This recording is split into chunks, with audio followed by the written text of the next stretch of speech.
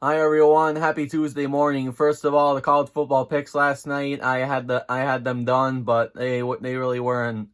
I kind of got tired, so I was gonna redo the video last night, but yep, I was pretty exhausted on that Monday night. So today's topic though, it'll be a little more interesting. Michigan has 7 ways on unlikely paths to get to the college football playoff.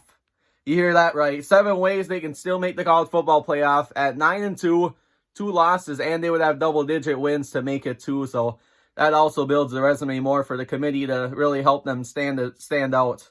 So one, they have to beat Ohio State this weekend. It really has to come down to that. They need that top 10 victory, especially if they make the top 10 in the poll tonight, which I'll get to later on. But if they make the top 10 in that poll, they really need to beat Ohio State because they're second in the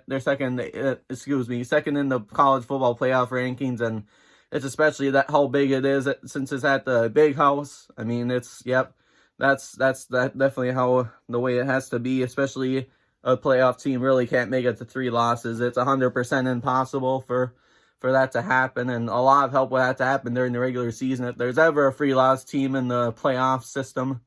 Number two, Wisconsin has to beat Minnesota at the 2:30 game on ABC right after Michigan and Ohio State. So it shows my days all lined up for college football. Wisconsin definitely has to beat Minnesota because Wisconsin's at 2 losses, and Wisconsin has one big win pretty much, and that's against Michigan. And then October 28th, the last weekend of it, they got really blown out to Ohio State, so they easily have to win. And Minnesota, after losing to Iowa at Kinnick Stadium, they would have to drop a second game, so they would get 2 losses because if Minnesota wins that one against the Badgers, and then they also shock the world against Ohio State, they at least have a chance to be in the top 5, even just close enough to the college football playoff competition. So that would also have to happen.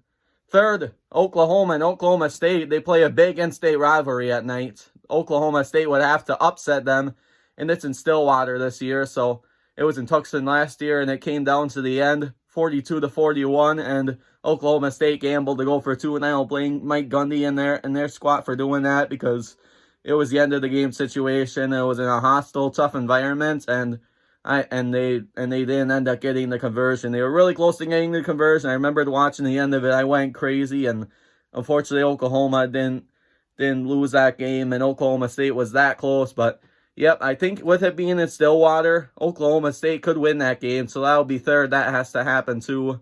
Fourth, it's another 2:30 game. I'll have to switch over between that and the Minnesota-Wisconsin game, more of a split screen or something really fun has to happen for that one. Auburn and Alabama in the Iron Bowl, they meet up, so that's the fourth thing that has to happen. Auburn has to shock Alabama and quite a bit of the college football world, like what Chris Davis did.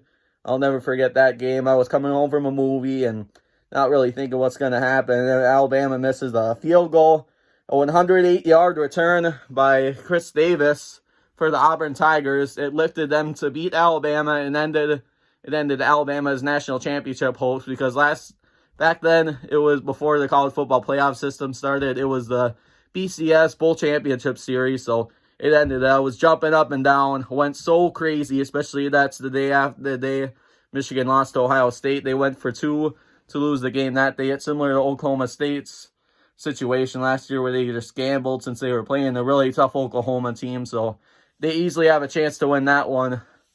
Fourth, it's the weekend after, but Ohio State has to beat Wisconsin pretty much in a blowout fashion because Wisconsin's at 2 losses, and also the other thing is they would make the Rose Bowl if they shock the world against Ohio State. So, and then Ohio State's already in the playoff system, so the second best Big Ten team to either make the Rose Bowl or the playoff, the other team in the Big Ten championship, which is Wisconsin, they would have to lose that game as hard as it is to root against them. I live in the Green Bay area, and I really do root for Wisconsin as my second team, but in that way, as a huge Michigan fan, I would have to root against them. And they were in 2 Rose Bowls in a row, 2011 against TCU in a really close battle, 2012 against Oregon. I was rooting for them both years, so they really made it far.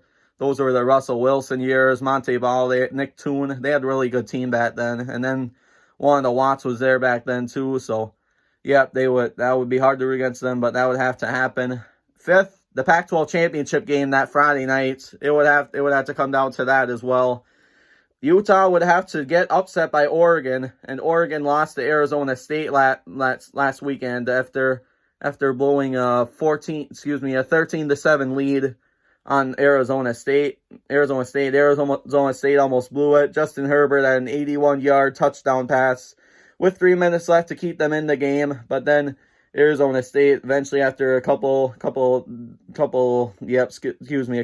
at the end of the game, they ended up sealing the deal. They pulled out the upset, and Herm Edwards' squad 6-0, and their quarterback was a beast, and I really like Herm Edwards. He's the true GOAT, so continuously congrats to them on a great run, and I'm looking forward to watching them in whatever bowl game they make, so that has to happen 5th, and Utah's really good, and they're at 6-1, and they're looking like they're at the playoff potential right now because they are at that, and they have a loss on a Friday game against USC, and they haven't lost any other Saturday game, so it would technically make them undefeated. So with them playing a Friday night game, because Pac-12 is always on a Friday, because the rest of the Power 5 are Saturday conference title games, Oregon would definitely have to lose, Utah would definitely have to lose, and yeah, I really see that happening. Oregon will definitely somehow come out of their shell, possibly, so that's the 5th thing that has to happen.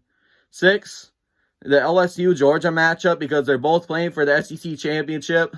Georgia would have to lose too because they are at 1 loss, and they also lost to South Carolina, so their resume is really not good enough other than Florida. And Florida's kind of been a joke too, as Felipe Franks has been out for the year, and they're also 11th. And tonight, if Michigan jumps ahead of them, that's really big for the committee to decide that, and the committee is far more impressed with Michigan than the Florida Gators. So, yeah, and Georgia. So mainly Georgia more than Florida, just because Georgia losing to a team that's not even going to make a bowl game.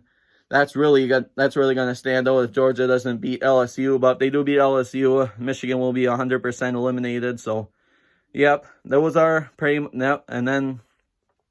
and then I think those are all the reasons. So I got all of them that I can, and hope everyone's has a great rest of their Tuesday. Stay tuned tonight for picks and the whole college football playoff top 25 for week 14 is coming tonight on ESPN 6:30 Central Time. So stay tuned for that, and I'll be doing a special edition, which is all the picks right after that show is done. So, yep, like, subscribe, and comment. See you all next time in M Sports Hub YouTube channel.